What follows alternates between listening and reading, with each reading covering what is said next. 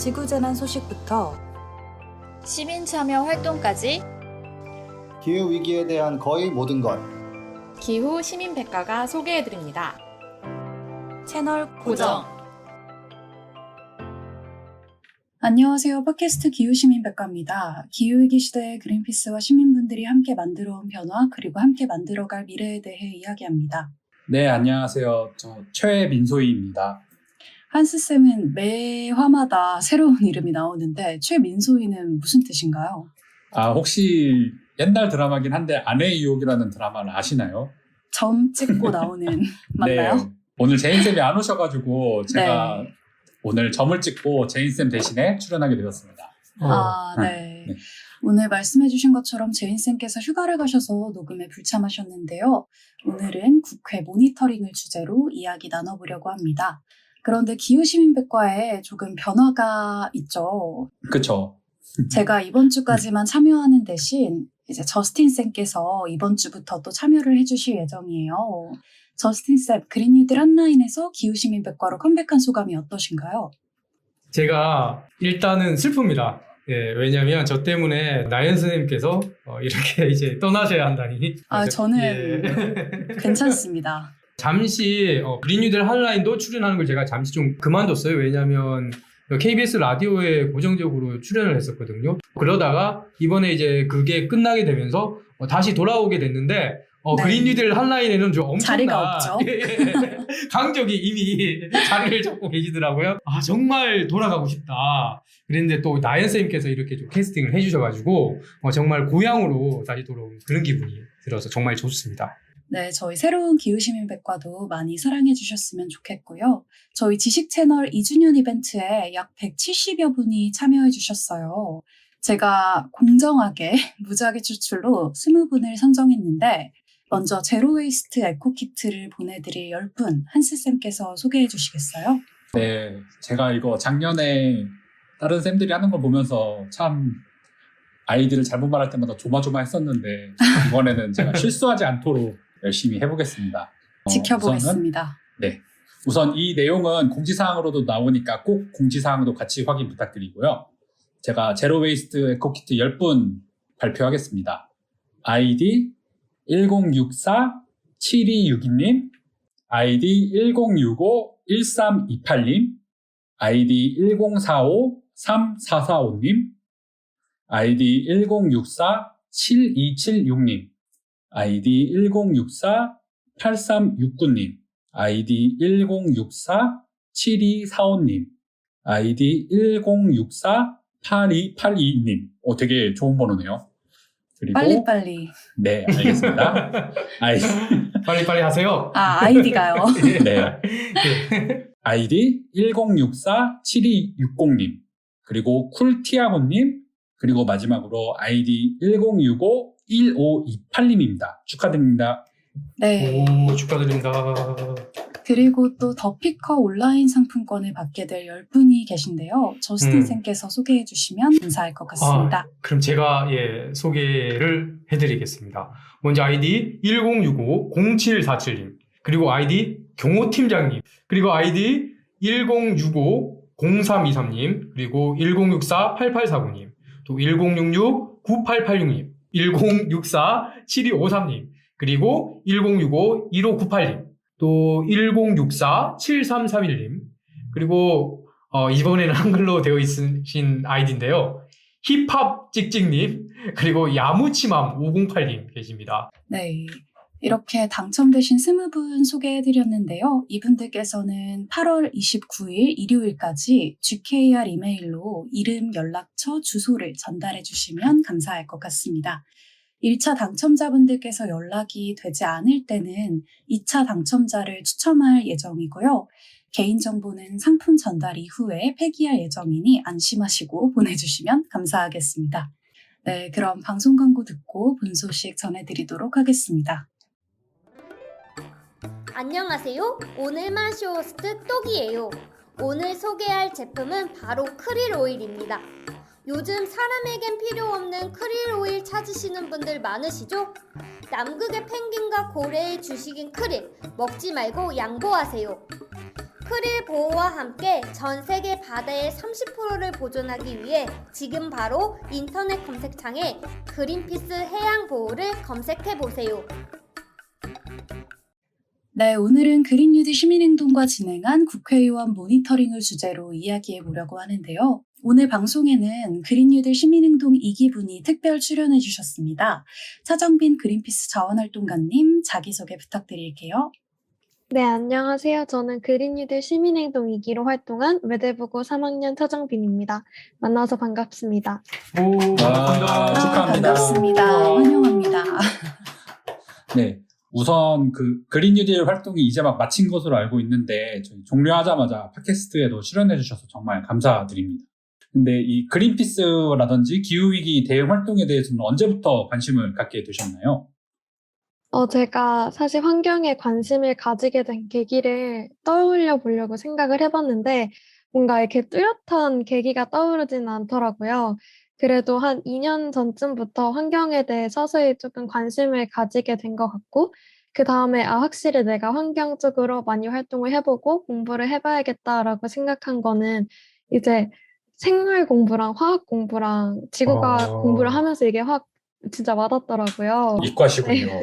그래서 그때부터 이제 기후위기 대응이나 그린피스 자원봉사 활동 이런 데 관심을 가지고 하게 된 것 같습니다. 그래서 저는 그 이후로 사실 이런 그린피스 자원봉사 활동을 제일 먼저 관심을 가지고 하진 않았고, 처음에 환경 활동을 서서히 하게 된 거는 이제 뭐 중학생들 대상으로 환경 창업 아이디어 공모전을 열어보기도 했었고, 그리고 현재는 이제 재고 의류를 이용해서 곱창머리끈을 만들 수 있는 키트를 만들어가지고 판매를 해보고 약간 이런 조금 사업이나 좀 활동, 다른 친구들이랑 모여서 할 수 있는 활동 위주로 하다가 그린뉴딜 시민행동 1기도 참여하고 이게 정말 좋은 경험이었어서 2기도 이어서 참여하게 되었습니다.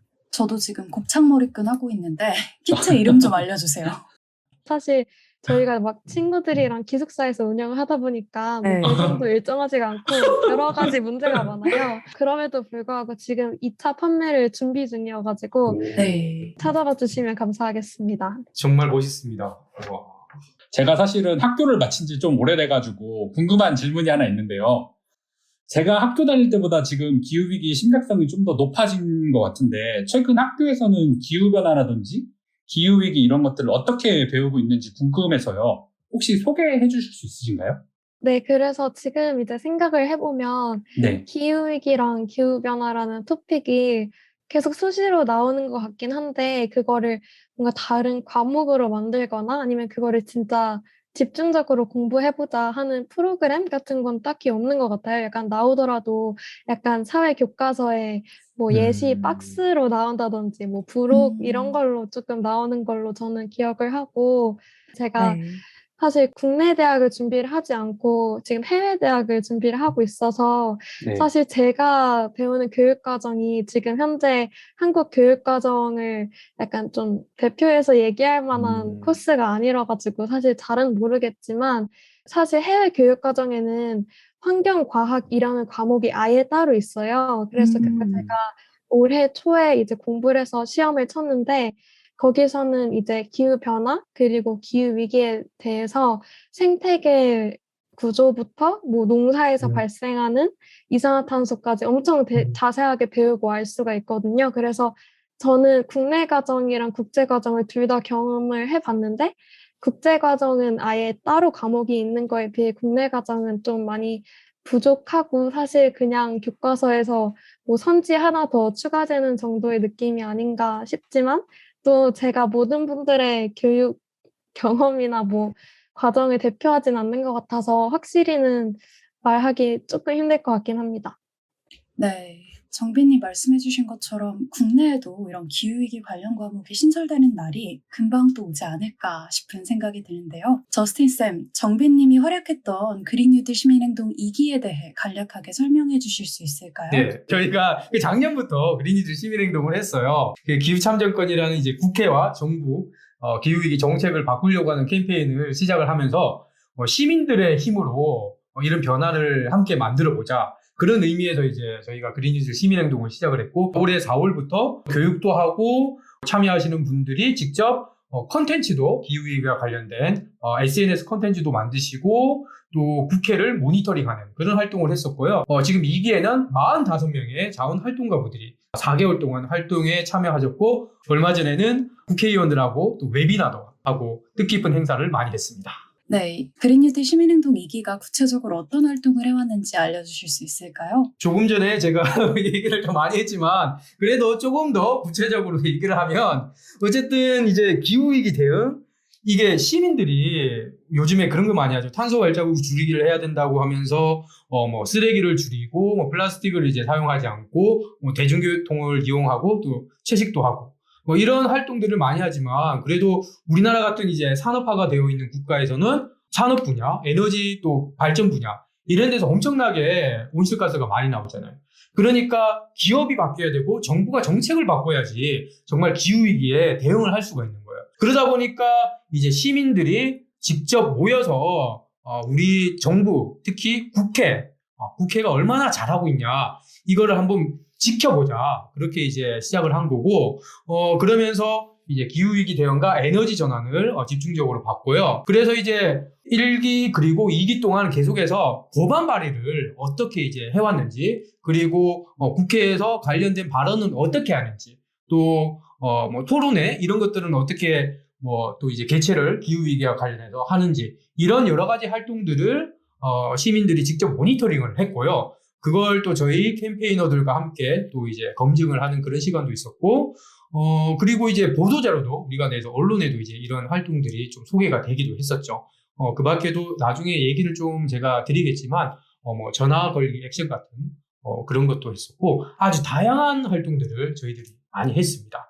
저신쌤이 얘기해 주시는 정말 다양한 활동들 중에서 오늘 출연해 주신 경민 선생님은 어떤 활동을 주로 하셨었나요? 이제 그린뉴딜 시민행동 2기에서 리더로 활동을 했는데요. 여기서 저는 3조를 이끄는 역할을 맡았습니다. 그래서 저는 활동을 전체적으로 이끌어가 주시는 유지영 캠페이너님과 매주 이제 리더 회의를 하면서 각 조 상황 공유하고 저희 활동에 대한 피드백하고 여러 가지 아이들 공유하고 이런 역할을 했던 것 같고, 그 리더로 활동한 거 외에 전반적으로 한 역할은 농림축산식품해양수산위원회랑 기획재정위원회 상임위 회의록 일부를 제가 할당을 받아서 모니터링을 하였고, 기후위기와 관련된 카드뉴스를 제작하는 일도 했습니다. 정빈님, 그 발음이 진짜 좋으시네요. 역시 리더분은 뭐가 달라도 다르네요. 네. 제가 위축되는 것 같은데 열심히 하겠습니다. 그러면은 모니터링이랑 콘텐츠 제작 이 두 가지를 중심으로 이번 그린뉴딜 시민행동 2기에 열심히 활동을 해주셨는데, 그린뉴딜 시민행동의 콘텐츠가 그린피스 채널에도 소개가 됐었잖아요. 혹시 가장 기억에 남는 편이 있으셨나요? 저는 그 그린뉴딜 정책 관련해서 유망 업종 자격증을 소개한 그린 어때라는 편이 되게 새롭고 유익해가지고 기억에 남는데, 저는 정말 처음 접해보고 들어보는 자격증들이어가지고 다른 분들도 굉장히 새로운 컨텐츠로 느끼시지 않았을까 싶습니다.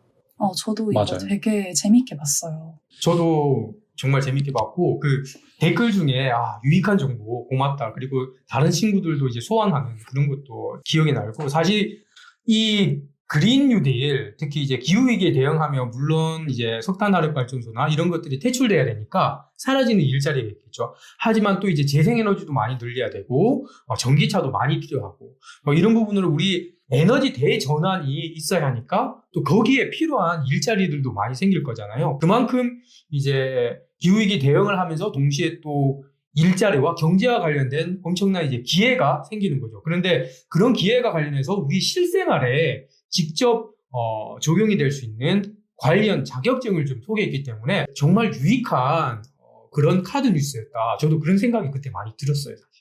네, 다음은 이제 출연자 찬스로 이제 정빈 선생님이 함께 제작에 참여하셨던 그 3조의 콘텐츠에 대해서도 청취자 여러분들에게 좀 소개 부탁드립니다. 일단 저희 조에서는 총 2개의 콘텐츠를 제작을 했는데요. 네. 첫 번째 콘텐츠는 한국의 그린 뉴딜을 소개하고 그리고 발전 방향을 제시하는 콘텐츠였고, 두 번째 콘텐츠는 이제 바다 사막화라고 할 수 있는 갯녹음 문제를 소개하고 해결 방안을 제시하는 콘텐츠였습니다. 맞아요. 우리나라도 색변이 바다다 보니까 이렇게 기후위기에서 이런 바다 이야기가 또 빠질 수가 없는데 바다 사막화라는 주제를 혹시 제작하게 된 배경이 있으신가요? 갯녹음이나 바다 네. 사막화라는 주제 같은 경우 저는 원래 제가 관심을 가지고 있었어가지고 네. 이걸로 카디뉴스를 만들면 정말 재밌겠다 생각을 해서 그때 같이 제작을 맡아주신 저희 조원분들께 이 주제를 제안을 드렸었는데 너무 흔쾌히 좋은 것 같다고 한번 해보자고 해주셔가지고 진행하게 됐습니다.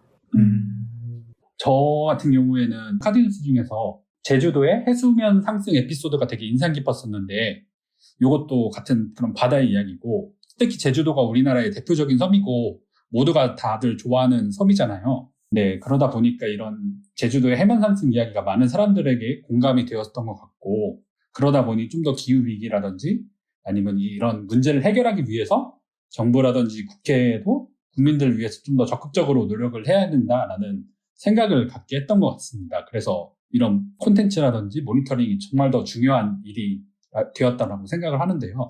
결국에는 어떤 기후위기에 대응하려면 우리 정부 정책도 만들어지는 것과 동시에 또 이제 법이 필요하잖아요. 법이 만들어지면 어떤 정부가 있더라도 그 법에 따라서 이제 실행을 해야 되니까. 그렇기 때문에 기후위기와 관련된 그런 법들을 만드는 거, 그게 정말 필요하고, 그래서 이런 콘텐츠들도 만들고, 그리고 우리가 모니터링을 했던 거, 시민들과 함께 했던 거, 너무 좀 의미가 있지 않았나, 그런 생각이 드네요, 저도.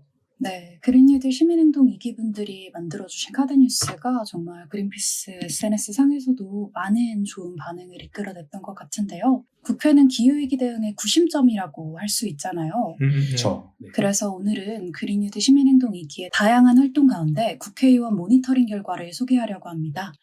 이 국회의원 모니터링을 진행한 이유가 무엇일까요? 아까도 이제 제가 좀 계속해서 이제 설명을 드렸는데, 결국에는 이제 국회가 법을 만들고 그 법이라는 것은 어떤 정권이든 계속해서 이제 유지가 되는 거잖아요. 그래서 법을 통해서 기후위기에 대응을 한다는 것은 우리 사회에 정말로 중요한 문제고 그 법을 만드는 국회의원들의 역할이 너무나 중요하죠. 그렇다면 이 표를 주는 유권자들이, 시민들이 어떻게 행동을 하냐가 너무나 중요합니다. 그래서 우리 시민들이 지켜보고 있다. 그것을 계속 보여주기 위해서는 우리가 모니터링을 하고 그것을 언론에도 알리고 그런 활동들이 너무나 중요하기 때문에 이렇게 모니터링을 진행을 하는 것이고요. 의원들이 이제 법안도 만들지만 상임위 이런 데서 또 토론회도 주관을 하니까 그런 여러 가지들을 이제 저희들이 이제 종합적으로 보면서 국회가 기후위기에 대응을 하고 있는지, 또 그리고 국회가 기후위기에 좀 더 열심히 대응을 하도록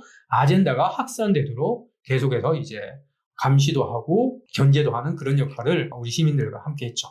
네, 근데 아무래도 코로나 시국이다 보니까 온라인으로 전 과정을 진행했다고 알고 있어요.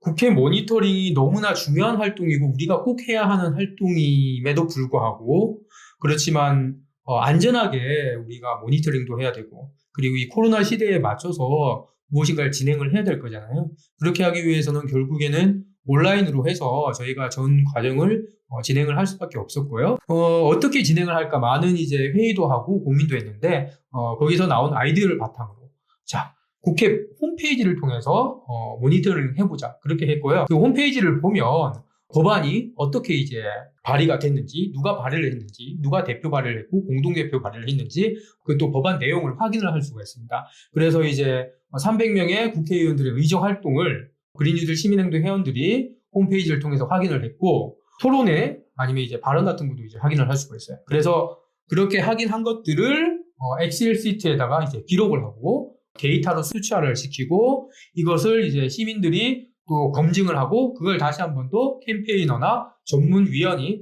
정책 전문위원 같은 이제 전문가들이 또 우리가 검증을 하는 그런 작업을 거치면서 온라인으로 진행을 했고요. 저희 회의도 마찬가지로 다 온라인으로 진행을 했습니다.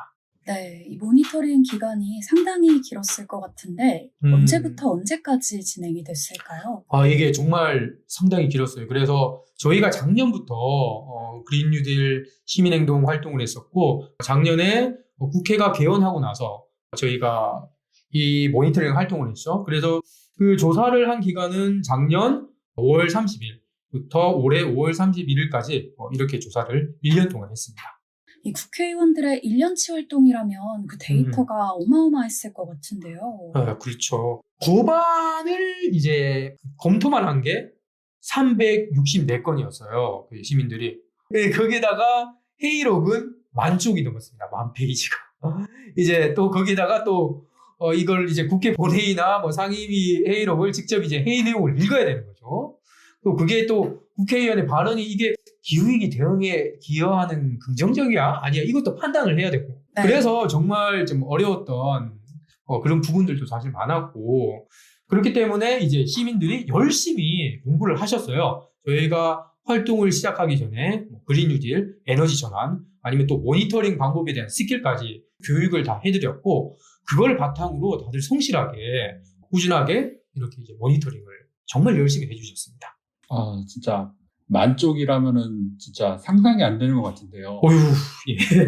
10,000쪽이 8개만 8만 대장경이 되는 거잖아요. 아, 진짜 대단한 양인 것 같은데. 예. 정빈 선생님도 직접 모니터링에 참여한 입장에서 모니터링 활동이 어떠셨나요? 저스트쌤은 아까 교육을 열심히 해드렸다라고 했는데 아니다라고 생각하시면은 지금이라도 당근을 흔들어 주셔도 됩니다. 만족하셨기를. 예. 네, 사실 그 저스틴 선생님이 방금 막 말씀하신 것처럼 막 긍정인지 부정인지도 판단해야 되고 막 10,000쪽이 넘고 이렇게 되게 어려운 것처럼 느껴지고, 사실 저도 이걸 처음에 시작하기 전에는 이걸 내가 할 수 있을까라고 생각을 했었는데, 교육을 받고 이제 워낙 어떻게 하면 되는지 매뉴얼을 다 세세하게 알려주셔가지고 정말로 어려웠던 점이 없었던 것 같아요. 그래서 막상 시작하고 나서는 정말 쉽게 했던 것 같고, 제가 직접 국회에서 기후위기 관련해서 어떤 이야기가 오가고 있는지 직접 뭔가 볼 수 있다는 게 정말 뜻깊고 재밌었던 것 같습니다. 저스틴 쌤하고 사전에 논의된 이런 답변은 아니신 거죠? 정말 그 가슴에서 우러나오는 그런 발언이라고 저는 느껴졌습니다. 아, 정말 네, 그린 뉴딜 시민행동에서 정빈 선생님 같이 이렇게 열심히 활동을 해주신 분들 덕분에 저희들도 정말 소중한 자료를 만들어 주신 것 같아서 정말 참가자분들에게 감사하다는 말씀을 꼭 전하고 싶습니다. 혹시 모니터링 활동을 하면서 가장 인상 깊었던 순간은 어떤 순간이 있으셨나요? 저는 이제 기획재정위원회 회의록을 모니터링 하면서 인상 깊었던 순간이 있는데요. 그 장혜영 의원님께서 이제 수출입은행이 더 이상 해외 석탄 발전 사업을 지원해서는 안 된다고 엄청나게 열정적으로 말씀해 주시는 부분을 제가 이제 검토를 했었습니다. 그래서 그 대략적인 내용이 어떤 거였냐면, 수출입은행이 베트남 붕왕 2기 석탄 화력 발전소에 $1,700 이거를 지원을 검토 중인데, 그 붕왕 2기가 지어진다면 연간 660만 톤의 온실가스를 배출하게 되고, 이게 30년이면 2억 톤 이상이 돼가지고 이건 한국 정부가 향후 5년 동안 그린 뉴딜로 감축하겠다고 한 온실가스의 양의 16배가 넘는다고 막 말씀을 하시는 부분이 있었어요. 그래서 이런 것들을 말씀을 해주시면서 석탄 발전 사업에 대한 지원이나 지원 계획 같은 걸 모두 중단하고 국회에 정확한 입장을 제출할 것을 요청하시는 부분이 있었습니다. 그래서 저는 이걸 보면서 국회 내에서도 정말 이렇게 열심히 얘기를 해주시고 기후위기의 심각성을 인지하고 계시는 분이 있구나라고 느꼈고, 이게 발언 시간이 끝났는데도 계속 발언을 하고 계십니다. 이렇게 괄호로 써져 있고 그 뒤에 막 이제 또 말이 있더라고요. 그래서 이렇게 열심히 해주시는 의원님이 있다는 사실에 감동을 받았던 것 같습니다. 네, 말씀해주신 장혜연 의원뿐만 아니라 정말 많은 국회의원 분들이 기후위기에 대해 더 많이 얘기를 해주셨으면 좋겠다는 생각입니다. 이 모니터링 결과를 어떻게 수치화했는지도 좀 궁금하거든요. 네, 사실 이제 저희가 조사하는 것도 정말 많은 공을 들였지만, 이게 수치화를 시키는 게 객관적인 이제 지표가 반영이 돼야 될 거잖아요. 그쵸. 그래서 이제 이 활동이 어떤 의미가 있는지 그에 대해서 고민을 많이 했어요. 어쨌든 이제 국회는 법안을 만들고 하는 입법부잖아요. 그렇기 그쵸. 때문에 대표 발의, 법안을 발의한 의원들에게 저희가 점수를 많이 줬어요. 그래서 대표 발의한 의원에게는 한 건당 20점씩 이렇게 줬는데, 공동 발의 같은 경우도 있거든요. 왜냐하면 이제 국회에서 발의를 하려면 10인 이상의 의원들이 찬성을 해야 되는 게 있습니다. 그래서 뭐 공동 발의를 이제 거기 이름을 같이 올리는 거죠. 그렇게 네. 하는 것도 이제 도움이 되는 거니까, 그래 공동 발의한 분들한테도 1점씩 그렇게 점수는 드렸고, 국회 본회의나 상임위에서 기후위기 대응에 기여하는 긍정적인 발언들, 이 같은 경우에 2점을 드렸습니다. 아까 장혜은 의원 같은 경우에 저도 이제 검토를 하면서 본 기억이 있어요. 그래서 그런 이제 긍정적인 발언을 하시는 경우에는 한 건당 이제 2점을 드렸고, 또 이제 토론회를 주관하거나 주최하는 경우에는 5점을 드렸습니다. 토론회 같은 경우에는 또 토론회를 주관하기 위해서는 뭐 패널도 모집을 해야 될 것이고, 홍보도 해야 될 것이고, 또 아젠다도 이제 세팅을 해야 될 것이고, 이런 많은 일들이 필요하잖아요. 그래서 법안 발의가 가장 중요하지만 토론회도 중요하다. 그래서 5점 정도 이렇게 드려서 저희들이 총 합계를 매겨서 그 점수별로 1, 2, 3, 4, 5등, 5등까지 탑 5는 SNS 계정을 통해서도 이제 공개도 했고요. 그리고 아까 뭐 장혜은 의원이라든가 뭐 용혜인 의원 같은 분들, 좀 열심히 하신 다른 분들도 뭐 언론에 보도자료를 낼 때 이런 분들이 이렇게 또 열심히 했다. 그렇게 언급도 같이 하기도 했습니다. 네, 가장 중요하고 궁금한 부분인데요. 그 국회의원 모니터링 결과가 어떻게 나왔는지도 소개해 주실 수 있을까요? 예, 조금 전에 제가 설명드렸던 것처럼 5분을 저희가 탑5 국회의원을 이제 선정을 해서 공개를 했고, 여기에는 양현훈 의원, 김성한, 이소영, 허영, 민영배 의원이 이제 선정이 됐는데, 유희동 의원이나 강은미, 용혜인 의원 같은 분들, 이분들이 이제 5위 안에는 들지 않았지만 또 상대적으로 돋보였고요. 아무래도 특히 이제 양현훈 의원이나 이소영 의원 같은 경우에는 국회에 입성하기 전부터 환경운동 활동을 했었죠. 그래서 전문성을 많이 가지셨고, 그러다 보니까 법안 발의 이런 것들을 많이 했었고, 김성한 의원 같은 경우에는 그 전 20대 국회 시절부터 활동을 좀 열심히 하셨기 때문에 지금 와서도 이제 좀 열심히 하셨죠. 다만 좀 최근에 이제 또 공항 관련해서 이제 좀 이슈가 있긴 했지만, 저희가 또 좀 객관적인 기준으로 해서 이제 탑5를 선정하는 과정에서는 또 이렇게 상위에 올라오시는 그런 활동을 하셨습니다. 아, 정말 기후 시민들이 평가한 국회의원들의 1년 성적표인 거잖아요. 이거를 같이 만드신 정빈 선생님께서도 활동 결과를 받아보셨을 때 어떠셨었나요? 좀 소감 좀 부탁드립니다. 우선 기후위기 대응을 위해서 열심히 힘써주시고 이제 높은 순위를 받으신 국회의원님들에게는 굉장히 감사드리지만 아직은 갈 길이 많이 멀다라고 생각을 했었습니다. 그래서 기후위기가 이렇게 심각한데도 불구하고 국회에서 전체 발의된 법안에 거의 1%만이 기후위기 대응과 관련이 있다는 수치를 제가 전달을 받았었는데, 이걸 보고 아직은 많이 국회 내에서 논의가 이루어지지 않고 있구나라는 생각을 하게 되었고, 직접적으로 정말 이게 부족하다고 느낀 점은 저는 상임위 회의록 배정운이 약간 좋았나 봐요. 그래서 제가 봤던 상임위 회의록들은 적어도 다 한 번이나 두 번씩 기후위기 관련된 언급이 있었는데, 다른 분들 같은 경우 대다수 회의록들이 되게 길거든요. 수십 장 되는 것들도 있는데, 이런 것들에서 다 한 권을 다 봐도 기후위기 관련된 얘기가 단 조금도 나오지 않았다 이러신 분들도 상당히 계셨어가지고 물론 상임위마다 다루는 분야가 다르기 때문에 그 부분을 고려를 해야겠지만, 그걸 고려하더라도 아직은 국회 내에서 기후위기 관련 논의가 많이 부족한 것 같습니다.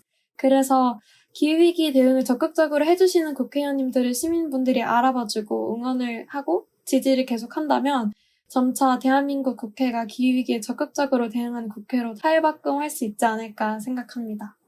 네, 정빈님께서 아직은 갈 길이 멀다라고 말씀해주신 내용이 좀 마음에 남는데요. 저스틴쌤께서는 이 결과가 우리에게 시사하는 바가 무엇이라고 생각하시나요?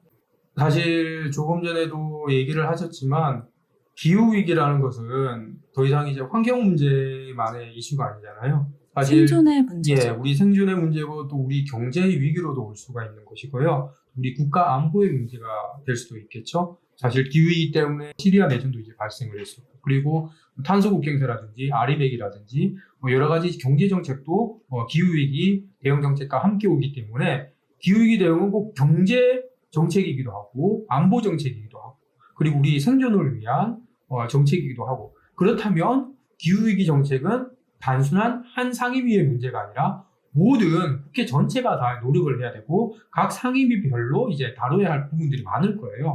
그런데도 불구하고 일부에게만 좀 몰려 있었다라든지, 대표 발의했던 사실 의원들이 기후위기 관련해서 68명에 불과했습니다. 300명의 의원이 있는데 68명에 불과했다는 것은 아직도 그 나머지 의원들이 자기 상임위 문제가 아니라고 인식을 하는 것이겠죠. 그렇기 때문에 그런 인식이 꼭 바뀌어야 한다. 그것이 정말로 필요한 시기다. 그렇게 조금 생각이 듭니다. 네, 이외에도 또 주목할 만한 분석 결과가 있다고 알고 있는데 살짝 소개해 주실 수 있을까요? 이외에도 조금 저희들이 한번 봤으면 좋을 게 국회가 이번에 개원을 한 다음에 1년 동안 발의한 법안이 모두 1237건이에요. 그런데 이 가운데서 아까 정비님께서 얘기하신 것처럼 기후위기와 관련돼서 관련 있는 법안은 156건, 1.52%밖에 안 되는 거거든요. 근데 거기에서 또 처리된 법안은 34건밖에 안 돼요. 그러니까 국회가 좀 더 열심히 노력을 해야 되는 거고, 지금 국회에서 기후위기와 관련된 법안들 한 122건 정도가 계류되어 있습니다. 특히 우리나라 이제 탄소 중립을 실현해야 되는데 그것을 법제화하는 그런 법도 국회에 계류가 되어 있어요. 빨리 이제 국제사회 과학계가 요구하는 기준, 얼마 전에 IPCC 보고서도 6차 보고서가 다시 나오게 되는데 이러한 기준에 맞는, 그래야지 사실 우리의 생존을 담보할 수 있는 거니까요. 그런 기준에 맞출 수 있는 탄소 중립을 실현할 수 있는 법안도 조속히 통과됐으면 좋겠습니다.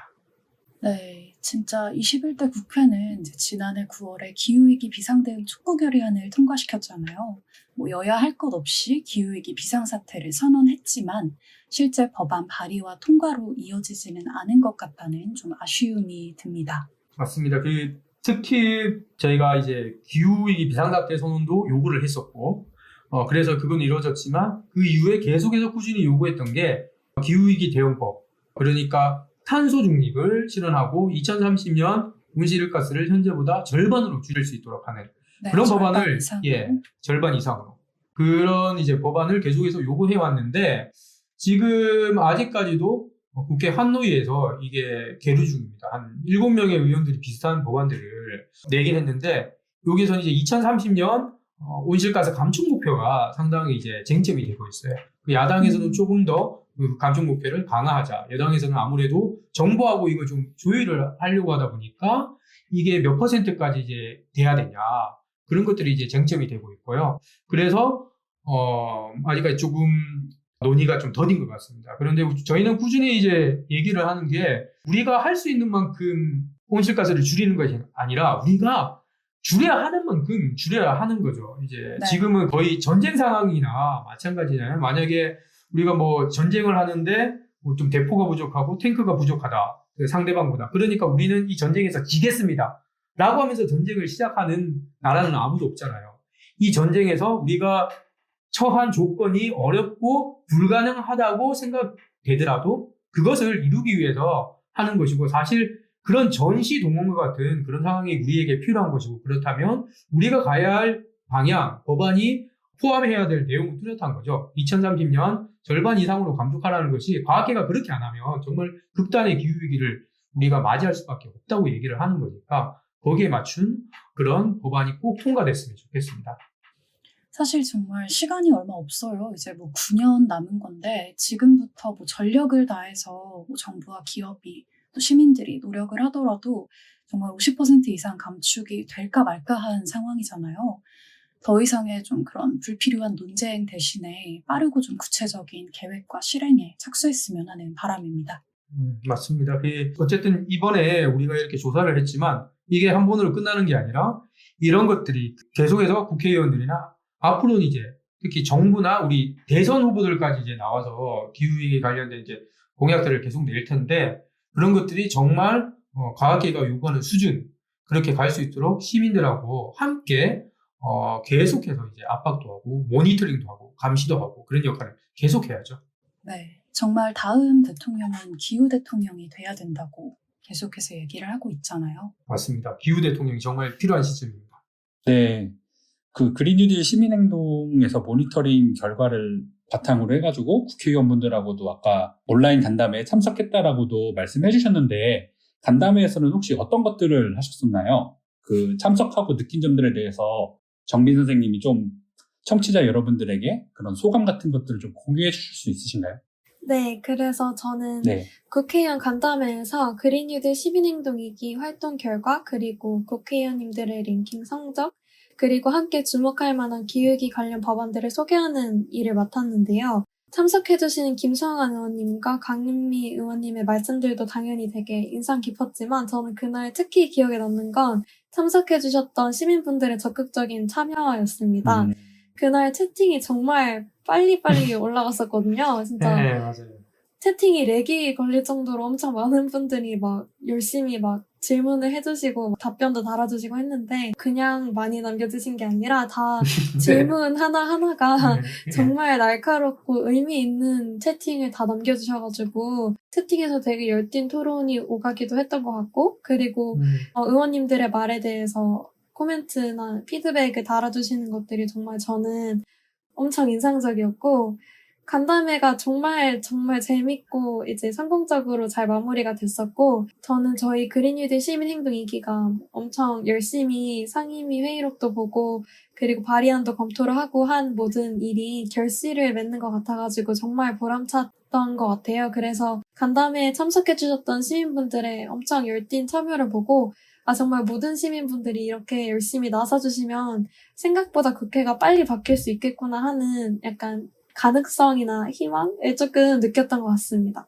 네, 정비님을 포함한 그 그린뉴딜 시민행동 2기 분들께서 정말 열심히 조사를 해주시고 또 그 결과를 발표해주신 덕분에 그런 자리가 마련될 수 있지 않았나 하는 생각이 드는데요.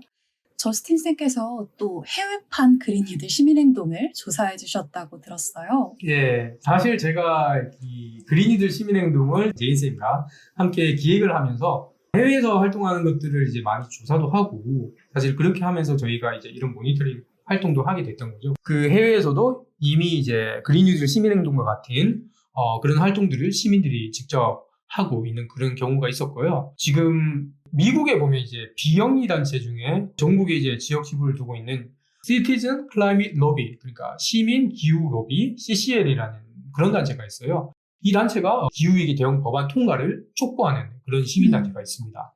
이름이 굉장히 직관적이네요. 예, CCL. 이제 이 CCL이 또 어떻게 하냐면 이제 다양한 방식을 통해 가지고 정치인이나 미디어, 지역사회에 이제 탄소세 도입을 요구를 하고 있거든요. 그래서 이제 2019년에 Energy Innovation and Carbon Dividend Act.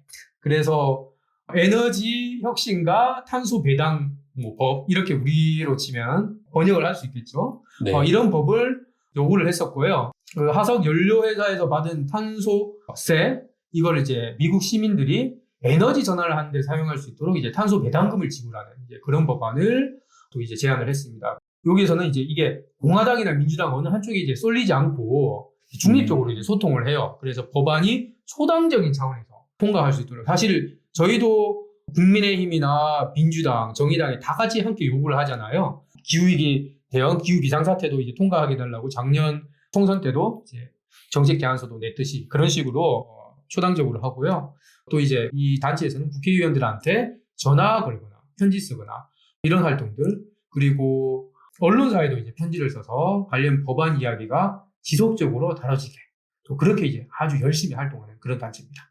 지금 소개해주신 CCL과 비슷한 활동을 이번 그린뉴딜 시민행동 2기에서도 직접 진행을 했다고 알고 있어요. 정빈님 혹시 소개 가능할까요? 사실 아쉽게도 저는 전화 액션 활동을 이제 그린뉴딜 시민행동에서 같이 했었는데 저는 참여를 하지 못했었어요. 그래서 이제 국회의원실에다가 전화를 걸어서 이제 기후위기가 심각하니 대응을 열심히 해달라 이렇게 전화를 하는 활동이었는데 저는 참여를 못한 대신 참여를 하셨던 다른 그린뉴딜 시민행동 활동가분의 소감을 대신 전달해 드리려고 하는데요. 처음에는 긴장도 되고 내가 목소리를 잘 낼 수 있을까 걱정을 했는데 보좌관께서 친절하게 응해주시고 하고 싶은 이야기를 충분히 전달할 수 있었다고 생각을 합니다. 원전 관련해서 이야기하셔서 잠시 토론 비슷하게 이야기를 주고받기도 했고 대부분 잘 들어주시면서 함께 고민하고자 하셨고 의견을 내주어 반가워하셨다고 합니다. 그래서 전화 끝에는 기후위기를 해결하기 위한 좋은 아이디어가 있으면 꼭 또 전해달라고 하시면서 전화를 끝냈다고 소감을 전달해 주셨습니다. 정말 국회의원실에 이렇게 전화를 한다는 게 저도 그쵸. 좀 쉽지는 않을 것 같아요. 근데 또 이렇게 소감을 보고 나니까 조금 더 자신감이 생기는 그런 것 같습니다. 멋지십니다. 네. 저스틴 쌤 그리고 CCL 이외에도 또 선라이즈 무브먼트라는 단체에 대해서도 조사해 주셨다고요. 아마 선라이즈 무브먼트는 조금 한국에 좀 알려져 있어요. 그래서 들어보신 분들도 네. 계실 것 같은데 이제 기후위기를 또 막기 위해 적극적으로 목소리를 내는 또 시민행동이고 이제 2017년에 이 출범을 했는데 엄청 순식간에 이제 전국적인 이제 단체가 됩니다. 여기 이제 밀레니엄 세대, 이제 20, 30대가 이제 중심이 돼서 캠퍼스를 중심으로 해서 이제 활동을 하고 국회의원 사무실을 이제 점거하거나 주변에서 농성을 또 하고 그렇게 하면서 이제 기후위기 대응을 하도록 이제 촉구를 하고 과거에 또 그린 뉴딜 초안 같은 경우에도 선라이즈 무브먼트의 공동 설립자가 또 만들었다는 그런 얘기를 했고요. 이 선라이즈 무브먼트도 국회를 대상으로 활동을 했다고 알고 있어요. 예, 그렇죠. 이제 그 지역의회나 이제 국회 등에서 이제 집회나 이제 시위를 막 하면서 정치권을 막 압박을 합니다. 그리고 또 기후위기에 뭐 관심을 가지는 후보들이 당선되도록 이제 그런 활동도 펼치고 그리고 화석연료를 이제 받는 화석연료 산업으로 또 로비를 받는 거잖아요. 그 정치인들이. 석탄이나 그런, 석유 예. 같은. 그렇죠. 그런 이제 로비를 받는 것에 대해서도 뭐 이제 문제를 제기를 하는 이제 그런 것도 있는데 그 얼마 전에 그 쿠오모라고 뉴욕 주지사 있잖아요. 좀 최근에 성추행 사건으로 해가지고 좀 이슈가 많이 되고 뉴스에도 많이 나와서 보신 분들 계실 텐데 이 쿠오모가 45만 불을 화석연료 산업으로부터 지원을 받아요. 그러니까 거기에 대한 이제 항의 시위를 하다가 또 8명이 이제 실제로 체포가 되는 뭐 그런 경우도 있었고 이 선라이즈 무브먼트가 사실 이제 미국의 그린 뉴딜 결의안이 하원을 통과하는 데도 큰 역할을 했습니다. 2018년에 미국의 신의 정치인이죠. 오카시오 코르테즈가 당선됐을 때 여기 국회에 OT를 하러 오는데 그 당시에 낸시 펠로시 당시 이제 민주당 원내대표 사무실을 이제 선라이즈 무브먼트 회원들하고 다른 회원들이 점거를 한 거예요. 200여 명이. 그러다가 이제 AOC가 등장을 거기서 하고 지지를 하고 그 AOC가 오카시오 코르테즈입니다. 지지를 하고 그 다음에 결의안을 내죠. 그래서 하원에서 그린 뉴딜 결의안이 통과가 되고 뭐 상원에서는 부결됐지만 그렇지만 그런 것들이 아젠다가 결국에는 미국 대선까지도 영향을 미치게 되고 미국의 조 바이든 대통령이 기후위기 대응을 적극적으로 하게 만든 초석이 되었다. 그렇게도 말할 수 있죠. 시민들의 목소리가 정치권을 변화시킬 수 있다라는 그 대표적인 사례가 아닐까 하는 생각이 드는데요. 또 최근에 또 시위를 하나 진행을 했었다고요.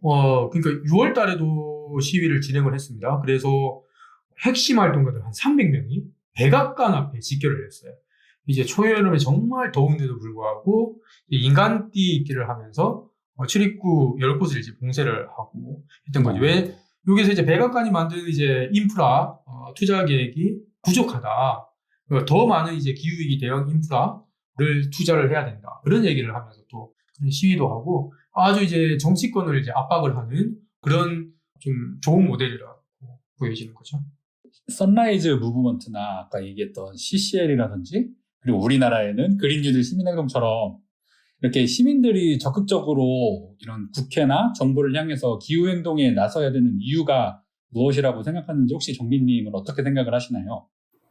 저는 아까 말씀드렸던 것처럼 생물학이랑 환경공학 이쪽에 관심이 있어가지고 아마 내년에 대학을 가고 계속 뭔가 과학적인 방법에서 기후위기를 해결하려고 하는 접근을 많이 공부를 하게 될 것 같아요. 근데 점점 공부하면서 사실 느낀 거는 이게 새로운 과학기술의 등장이 필요한 게 아니라 지금 이미 있는 과학기술들을 정책들이 뒷받침해주고 뭔가 좀 더 정책적인 움직임이 필요하다라고 느끼게 되었는데 이런 거를 통해서 사실 기후위기는 과학기술로 극복하는 게 아니라 사람들이 생각을 바꿔야 되고 그리고 사회 구조나 경제 구조를 바꿔야 된다라고 점점 더 생각을 많이 하게 되었는데 이러기 위해서는 당연히 시민이 나설 수밖에 없는 것 같아요. 왜냐하면 사회구조랑 경제구조를 바꾸기 위해서는 정책을 새로 만들어야 되는데 정책을 만들려면 국회가 움직여야 되고 근데 국회를 움직이려면 시민이 움직여야 되잖아요. 왜냐하면 국회는 시민을 대변하는 역할을 하는 거니까.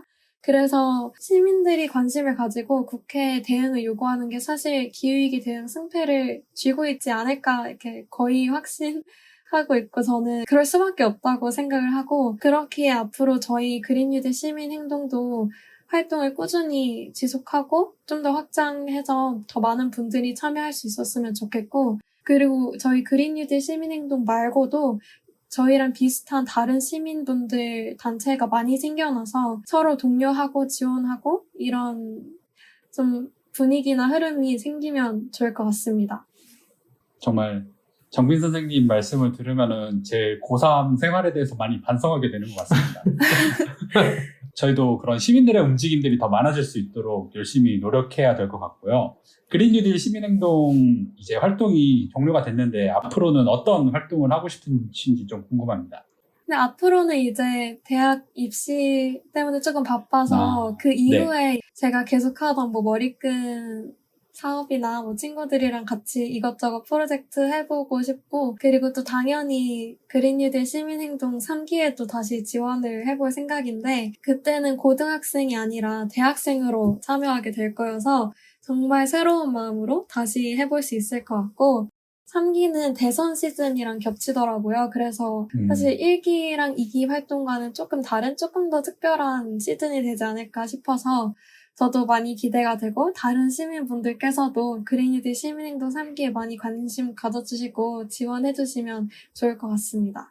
네, 오늘 정빈님께서 말씀해주신 것처럼 그린뉴딜 시민행동에 많은 관심 부탁드리고요. 저희 그린피스 홈페이지에서 또 이렇게 검색을 해보시면 여러 가지 활동 내용을 담은 블로그도 확인을 하실 수 있으니까 한 번씩 시간 나실 때 검색해주시면 좋을 것 같습니다. 오늘은 이렇게 국회 모니터링을 주제로 이야기 나눠봤는데요. 광고 듣고 오늘 소식 마무리하도록 하겠습니다.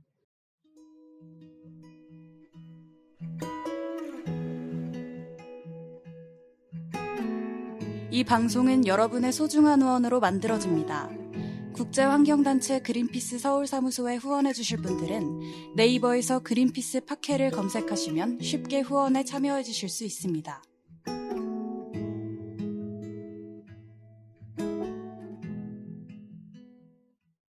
네, 정빈님 오늘 특별 출연 해주셨는데 방송 어떠셨나요?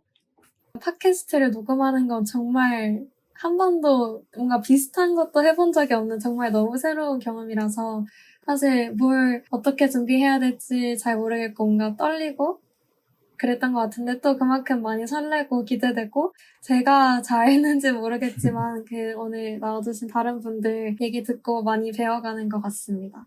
정빈님께서 처음 녹음이라고 하셨는데 정말 아나운서처럼 너무 잘 말씀을 해주셔서 저희가 너무 깜짝 놀랐습니다. 네, 진짜 잘하셨어요. 네, 저스틴쌤이랑 한스쌤은 또 어떠셨나요? 많이 재밌었어요. 재밌었고 뭔가 고향에 돌아온 느낌. 여기 6시 내 고향 같은 그런 느낌이 들어서 너무 좋았고요.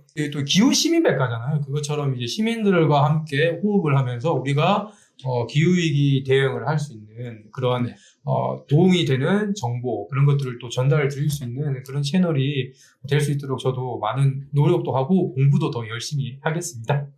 저도 다음에는 더 쉽고 재미있게 시민들에게 다가갈 수 있는 그런 방송을 만들기 위해서 노력을 하겠습니다. 정빈 선생님의 말씀을 주옥같이 새기고 열심히 노력하겠습니다. 네, 저는 이제 오늘로 이 기후시민백과를 떠나지만 앞으로 또 한스쌤, 저스틴쌤, 그리고 제인쌤께서 좋은 방송 만들어주실 거라고 생각하고요. 저는 붓바살바 그리고 지피지기 초대석에서 계속해서 인사드릴 수 있도록 하겠습니다. 오늘 끝까지 함께 해주신 청취자 여러분, 그리고 정빈님, 한스쌤, 저스틴쌤 감사합니다. 감사합니다. 감사합니다. 감사합니다.